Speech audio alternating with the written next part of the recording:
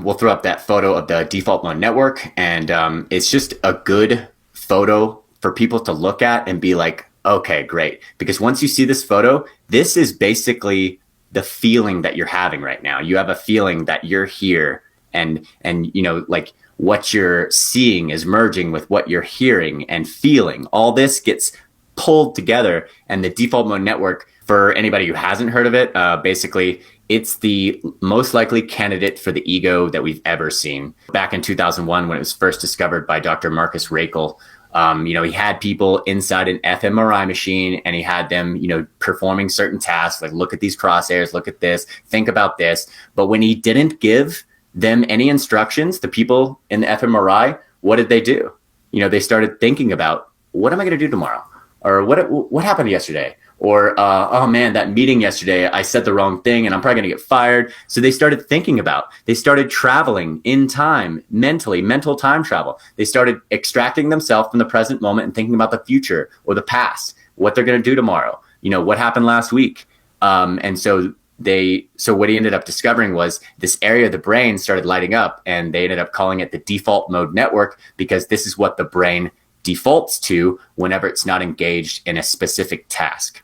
When this network gets offline or obliterated, and you can obliterate it through psychedelics, you can obliterate it through meditation, you can subdue it and turn it off through flow states, meditation, and psychedelics. So of all the things that we've talked about when it comes to psychedelics, you can access all these levels of consciousness through natural means too. It's just not easy to get there. Meditation, honestly, if you're trying to get there that way, it can take years. Yeah. It can take. Yeah. That's a good thing to point out, though. I'm glad you did, because I discuss that a lot in the Nate Night Talks rooms on Clubhouse. We always want to give that as a disclaimer that, like, psychedelics are not the only modality to achieving non-ordinary states.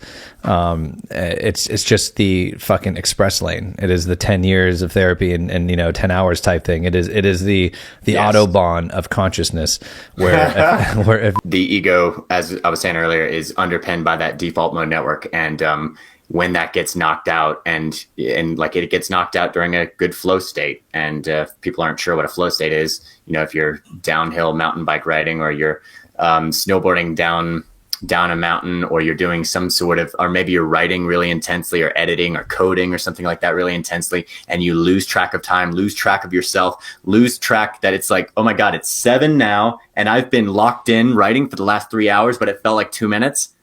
That's a flow state. Yep. And so, we live for those moments, don't we? Yep. Yeah. They're and beautiful. so, like, when it happens at a music festival, or it happens at a concert, or some sort of, I don't know, say you're going to a political rally or something like that, and you become one with the crowd, they call that communitas.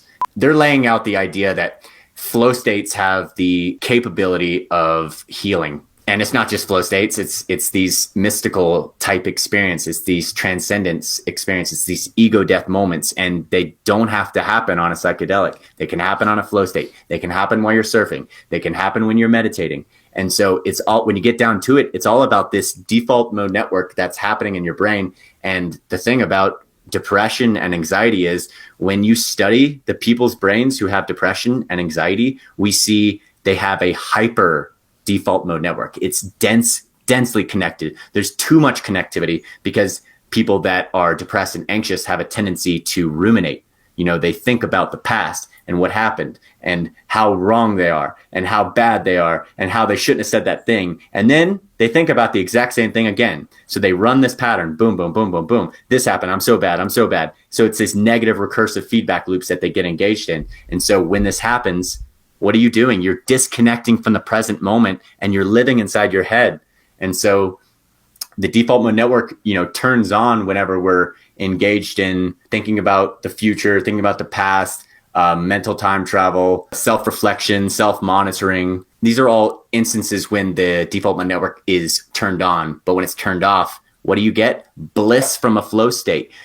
Time expands like an accordion. You having these experiences of ego death, ego loss. But what are the benefits of these things? When the self gets knocked out for a second, then other parts of the brain that maybe might be trying to tell you something are allowed to speak. Very, very, very true.